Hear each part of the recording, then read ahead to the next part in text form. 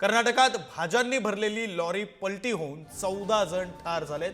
उत्तर कर्नाटक जिल्ह्यातील ही धक्कादायक घटना आहे। भाजीपाल्यांनी भरलेल्या लॉरीतून 25 जण प्रवास करत होते। जखमी हुबळी किम्स रुग्णालयात दाखल झालेले आहेत। तर कर्नाटकातील उत्तर कन्नड जिल्ह्यातील यल्लापूर तालुक्यातील गुळापूर जवळ भाजीपालाने भरलेली लॉरी ही पलटी झाली आणि यामध्ये 14 जणांचा मृत्यू झाला। राष्ट्रीय महामार्ग 63 वर आज सकाळी ही दुर्घटना घडली। भाजीपाल्यांनी भरलेल्या लॉरीतून 25 जण प्रवास करत होते। गुळापूर जवळील घट्टा परिसरात एक लॉरी उलटली, त्यामुळे 14 जणांचा जागीच मृत्यू झालाय, तर 11 जण गंभीर जखमी झालेत। घट्टा परिसरात पहाटे धुक्याचं वातावरण असल्यानं सदर दुर्घटना घडल्याचं सांगण्यात येतं। जेव्हा लॉरी पुढच्या वाहनाला धडकली आणि चालकाचा ताबा सुटला आणि ती खड्ड्यात पडली। जखमींना हुबळी किम्स रुग्णालयात दाखल करण्यात आले। यल्लापूर पोलीस ठाण्यानं घटनास्थळी भेट देऊन तपास सुद्धा केला।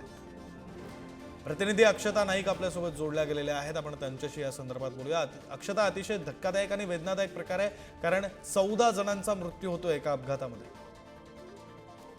विक्रांत, खरंच ही धक्कादायक गोष्ट आहे, कारण पहाटेच्या सुमारास धुके असल्यानं ही दुर्घटना घडलेली आहे। लॉरी पुढच्या वाहनाला धडकली, त्यामुळे चालकाचा ताबा सुटला आणि ती खड्ड्यात पडली। त्यामुळे भाजी भरलेली ही लॉरी पलटी झाल्याने 14 जण ठार झालेले आहेत। सकाळीच पहाटेच्या सुमारासच ही दुर्घटना घडलेली आहे। या घटनेमध्ये 14 जणांचा जागीच मृत्यू झालेला आहे।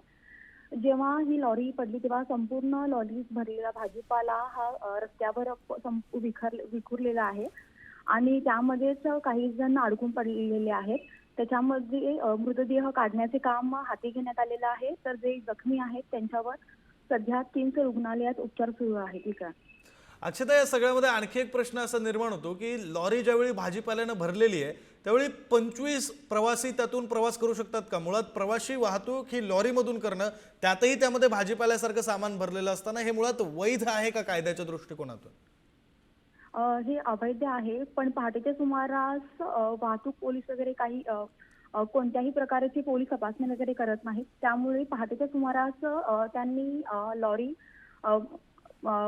प्रवास करत होती, यावेळीच ही दुर्घटना घडलेली आहे। बरं, धन्यवाद अक्षता, तुम्ही दिलेल्या या सगळ्या तपशिलासाठी।